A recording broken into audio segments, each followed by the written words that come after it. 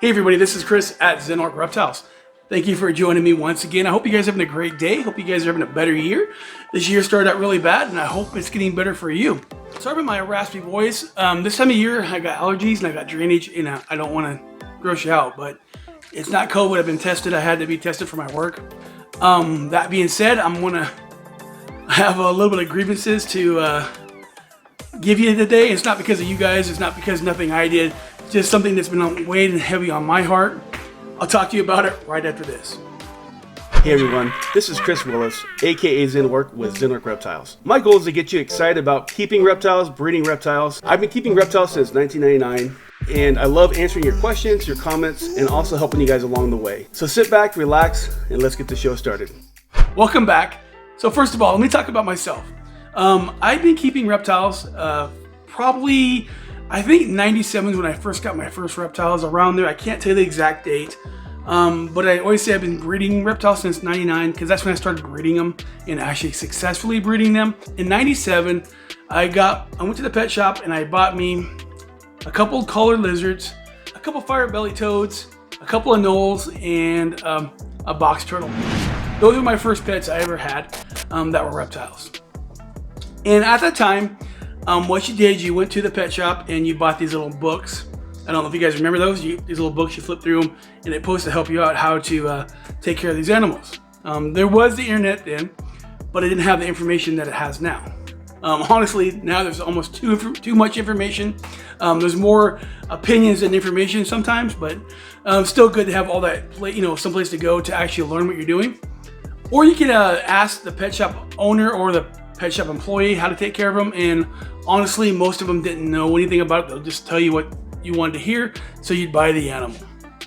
So I took these books home and I set up their cages, and I'll be honest, they weren't set up correctly because a lot of these books were outdated. What they thought maybe 20 years ago is not actually what was right. You could also go to the reptile community and ask them, but at that time no one wanted to help you out. I'm not gonna say I agree with them, but I understand kind of what they did. A lot of these guys back then, these big breeders, would breed these animals and they wouldn't tell you how to do it because they're afraid that if you started breeding, you'd cut into their business.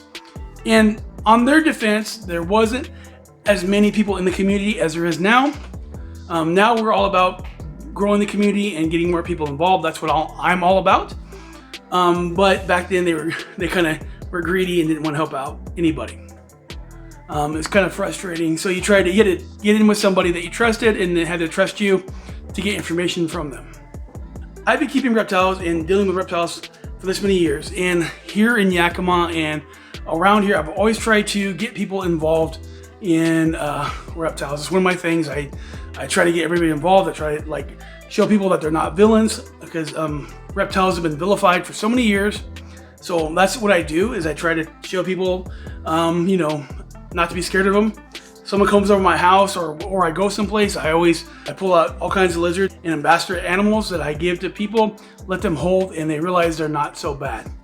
Because TV and just media in general has always made reptiles look bad. But that's my whole thing, is to get people involved in the community. So Washington State right now has really almost become a police state with this COVID. And I understand that people are sick and dying, and I feel sorry for them, and I feel sorry for their family. But at this point in time, if you look at the numbers that's actually producing and what they're doing, we're still in stage 1. I can't get a haircut. I can't do anything. I can't even go down and sit down at a restaurant and eat food. It's pretty bad here. We're in stage 1, and people have lives and we can't do anything. And they pretty much told me that we're gonna be this way for a long time. So there's only so many shows in Washington, and I have a lot of friends that are reptile breeders too. We all try to build this community because Washington State is not known to be the reptile hub, say like as Florida or Texas or California. There's a lot of people that really breed in those areas. There's very few of us here in Washington, and what's happening right now is a lot of these guys, they depend on these shows to make money. And a lot of these guys are actually throwing in their towel.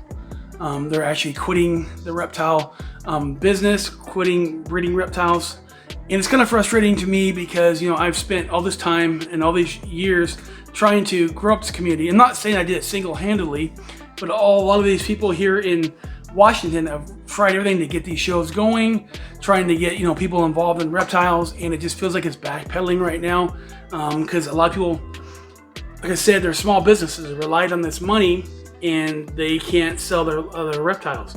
And I understand you can go online and sell your reptiles on Morph Market, but most people that I know make most of their money at the shows because when people are there, they buy your reptiles there. And it's really frustrating because a lot of these guys are actually really good friends of mine, and they don't know what to do. One of them had to go get a job because he had to support his family. I have 2 more friends that just texted me, and I was talking to them last night, and they're saying that if something don't change in the next 2 weeks, they're gonna have to do the same. You know, you've spent so much time trying to build up, and it's starting to go back down. And at the shows here, there's only so many vendors. We don't have big shows like, say, Pomona or Tinley. Our shows are pretty small, and I don't want to see them getting any smaller. When it first happened, we were one of the first states that got hit pretty hard, and I understand that. But now I think they're just holding on to it. I don't know why, because our numbers don't justify what's going on. I can understand my friends' frustration because they're just business people trying to make a living, and they can go right now and buy weed at the pot store, but they can't sell reptiles. And so weed is considered essential business, and theirs is not, even though they're trying to make a living breeding and selling reptiles. And the reason why weed stores, personally, I believe, are not illegal is because the money goes to the state. And it's kind of frustrating, and I totally understand them when you're trying to support your family and trying to support your business, and you spend all this time building this business, and now they're saying you can't sell. It's devastating to people. And I understand we're not the only state that has this problem, but I think West Coast is getting hit harder with this in some states. Maybe like in New York and stuff might be that bad too, but I know some states are really a lot more lenient. I know there's actually shows opening up back east in certain places, but not here.